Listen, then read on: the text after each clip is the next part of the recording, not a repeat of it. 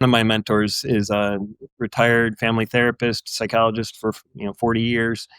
He now is a fine woodworker, and he when he was encouraging me to write the story, he talked about how as a woodworker, he can spend his entire day, working on something, but he's got to plan on at least 25% of his time going to sharpening his tools, right? And so when I was kind of resisting their encouragement to write this up, and saying, I don't think this is going to go anywhere. I don't think anybody's going to read it. What's the point?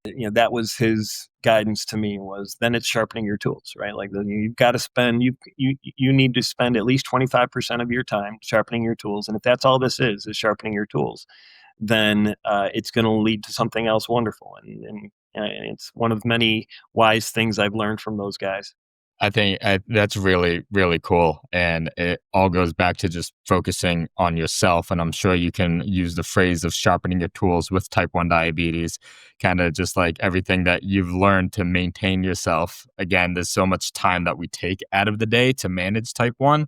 And you could look at that as a waste of time, but it's not. It's sharpening your tools. I really like that phrase.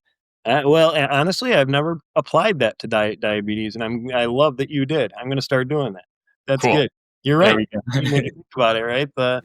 What we're doing doesn't have to be a waste of time. I like what you said before about, in some ways, this kind of enhancing the mind body connection, and allowing us to be more connected with nature and the things around us. If having to do all the math and all the garbage that we have to do to keep our A1C down helps us do that, then sharpening your tools makes a lot of sense as a metaphor.